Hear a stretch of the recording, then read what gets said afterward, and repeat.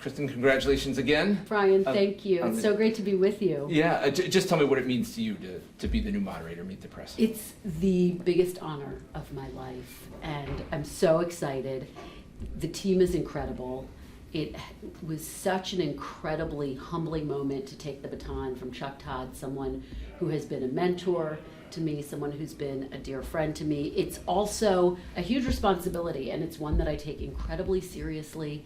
And every Sunday, my goal is to make sure that we are both informing our viewers and the voters of this great country, and also making sure that we are helping them to understand the really complicated issues that we're talking about right now as we head into this critical election cycle. It's really all about the voters. And as Chuck always said, making sure that we're bringing Washington to the rest of the country and vice versa. So it's a responsibility I take really seriously. And the show's an institution, so as you said, that's what you hope the viewers get out of it. I mean, do you hope to bring anything different to it, different your own personality or what you bring to the table? I do. I will put my own stamp on it, even while staying true to the tradition of Meet the Press. Part of what I want to do, Brian, is approach it every week as a reporter. So that means working my sources all week long, just as you do in Providence, but also getting out, talking to voters on the campaign trail, talking to the candidates on the campaign trail as well, but really making sure that I am keeping top of mind what matters to the people who live in this country, what they think they need to know in order to make the best decision on election day and during these primaries. So that's going to be my unique stamp. The other thing that I hope to do is to diversify a little bit who we're hearing from. So yes, we're going to be talking to elected officials holding their feet to the fire every week, but we're also going to be talking to some people who aren't necessarily in the political mix, but who are impacting our political discourse. So I'm looking forward to those conversations as well. When, as you mentioned, right, people think of it as a political show, you're talking to politicians, but it's, as you said, an election year, these decisions matter to people. What do you tell people who maybe not as in tune with politics, or like, politics isn't for me, as a reason to watch? It's a great question. Well, first of all, part of my goal is to have that conversation and to get people excited about politics who might not necessarily be excited. And what I would say to them is, we hope that they will watch, because we hope we're bringing them important information for their lives, for the lives of their family, and we hope that they'll come away with a little bit of a better sense of who these people are who are impacting our politics and our policies that really impact our democracy and our country. So I would say to them, join on Sundays, because we're going to have some good, tough conversations, civil conversations, and we're going to discuss issues that matter to people all across this country. Yeah, what do you look for in an interview, right? This is the kind of the crux of the show.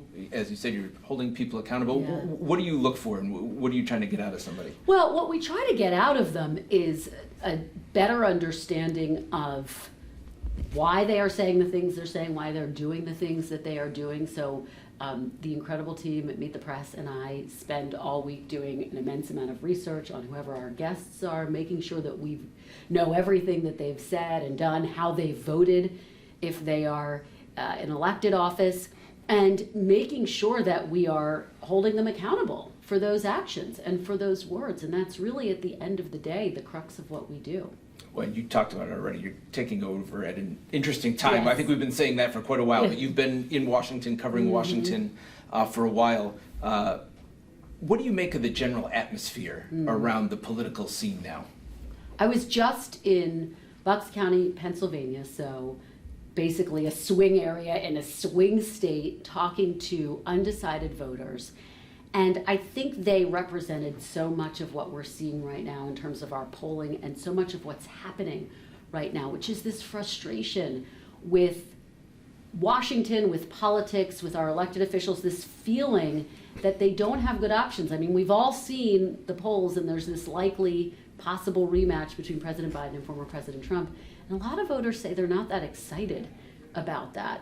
So there is a lack of enthusiasm, and my question is, what does that mean, and what will that mean on Election Day?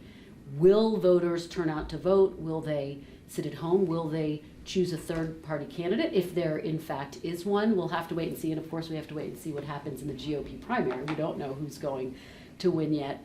But there's a sense of frustration and a hunger I would say, to feel inspired by our politics and our politicians. So it's going to be really interesting to see how that dynamic plays out. All right, so your first show, you interviewed former President Yes. Trump. What is it like to interview him? Well, you go into an interview like that after doing an immense amount of preparation. You want to be on your toes in terms of being able to fact check. And you really want to try to, there's so much to ask him about, not only from a policy perspective, but obviously he's facing 4 indictments. And so that adds this extraordinarily unprecedented mix, I would say, to interviewing a former president. And so all of that is top of mind and was top of mind as I sat down to interview him, to really try to probe him and press him and get him on the record with a number of these issues that we haven't heard him talk about in quite some time. And most of the time you're like, but, right? Yes. And you're trying to say, well, hold on a second. Yes, yeah, and it's exactly. hard to get the questions in.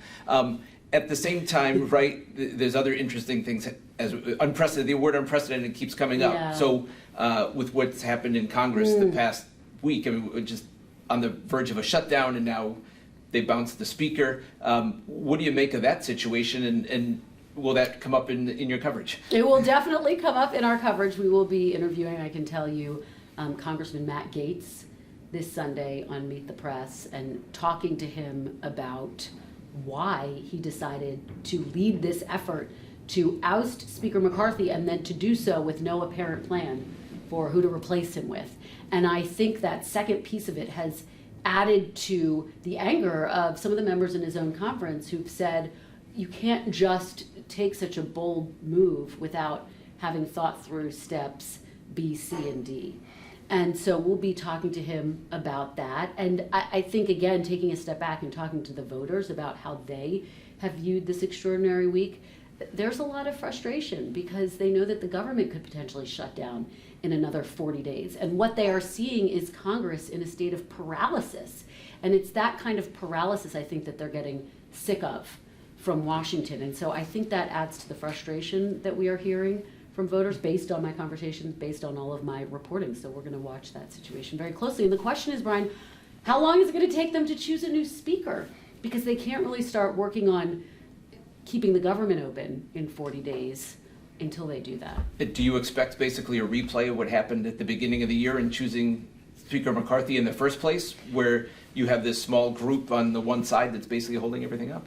I think the dynamics are going to be really interesting. You have former President Trump, who's now inserted himself into this and has signaled he's seriously considering coming to Capitol Hill, he says, to try to unify Republicans this coming week. So, I am curious to see if they will be able to strike a deal in which they raise the threshold for how many votes are needed to essentially hold a broader vote to kick the speaker out. Because right now it's 1 vote. And that was really the undoing of Speaker McCarthy. And that was hanging over his head every single day. And if you talk to his allies on Capitol Hill, they say it's such a difficult way to govern. So I think there's going to be a real push and a real effort to make sure that that threshold is higher. But the question is, will enough Republicans get on board with that and vote for that type of a deal moving forward for any new speaker? While the Democrats sit back and Yes. let it all unfold. Let it all unfold. Yeah, exactly. So turning back to the presidential race, just in general, what are you expecting over the next year? Obviously, we're looking mostly at the Republican side, but what are you expecting with the former president, again, who's facing multiple court cases and the clear front runner, to play out? Well, so first of all, on the Republican side, we are watching these debates unfold. They've moved the needle a little bit for some of the candidates. You have Nikki Haley, who's been rising in the polls a little bit. You have Governor Chris Christie, former New Jersey governor. You have Ron DeSantis, who's been dipping in the polls, which is a really fascinating dynamic that's at play. So obviously we're going to be watching very closely for these early voting states. If former President Trump wins Iowa, that will be significant momentum heading into New Hampshire.